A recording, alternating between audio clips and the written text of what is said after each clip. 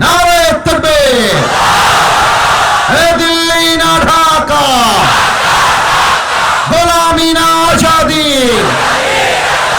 আপোষ না সংগ্রাম। আপনারা আওয়াজটা আমাকে দিতে পারেন নাই, এদিকে ঠিকঠাক এইদিকে ঠিকঠাক। ওই ডানের ভাইরা তওবা করে আসছে, হুজুর যাই বলে যা, কিয়ামত হয়ে গেল আমাদের জবান খুলবে না। দেখা যাক। আপনারা খেয়াল করবেন যে স্লোগানটা দিবে না তার ভিতরে দেশপ্রেম কম আছে, কারণ আমাদের প্রত্যেকটা কথার সাথে আমাদের দেশপ্রেম লুকিয়ে আছে, ঠিক কিনা বলে? এ দিল্লি না ঢাকা, এ গোলামি না আজাদি, আপোষ না সংগ্রাম, ক্ষমতা না জনতা, ইনকিলাব ইনকিলাব, জিন্দাবাদ জিন্দাবাদ। এ দিয়েছি তো রক্ত, রক্তের বন্যায় আমার ভাই কবরে, এখনই কেন বাহিরে?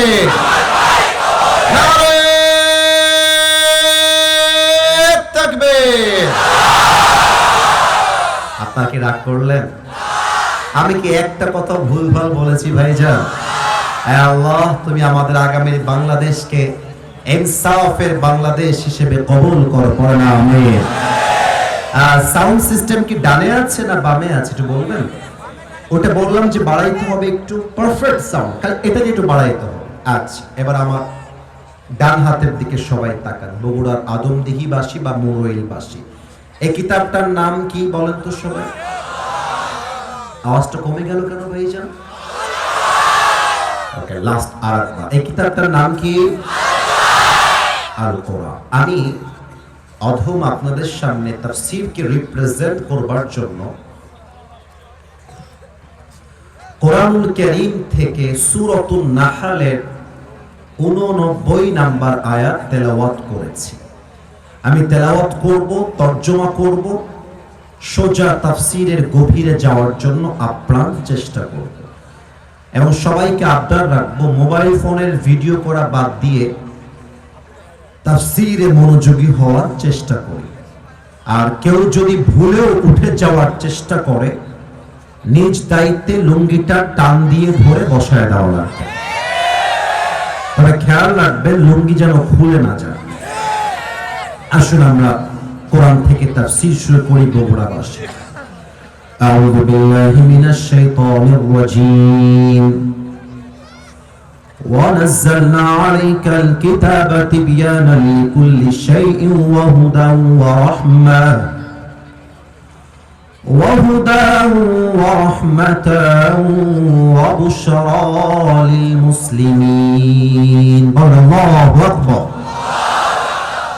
Allah says in this ayah, I have sent this Quran which is explaining everything in this world.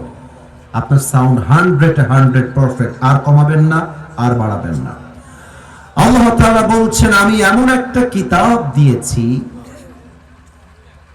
মানব জীবনে যা দরকার এমন কোন কথা নাই যা আমি আল্লাহ তাআলা এই কোরআনে নাজিল করে দেই নাই। তাও তো সুবহানাল্লাহ কইতে পারলেন না আপনারা সবাই। আজকে আমি যদিও বা একটি নির্দিষ্ট আয়াতের তাফসীর থেকে শুরু করব, তবে আল্লামা দেলোয়ার হোসেন সাঈদী রাহমাতুল্লাহি আলাইহি তার জীবনের সর্বশেষ মাহফিল তিনি বগুড়ায় যেটা করে গেছিলেন, আমি কালকে বসে বসে এই ওয়াজটা শুনছিলাম। আহা, কলিজা আমার জুড়ায় গেল। এত সুন্দর ওয়াজ একটা মানুষ কেমনে করতে পারে? এত মারাত্মক মারাত্মক কথা। আর আমি দেখলাম বগুড়ার মানুষগুলো চাতক পাখির মতো আল্লামা সাঈদীর দিকে তাকায় আছে। ওয়াজ চলছে তো চলছে, চলছে তো চলছে।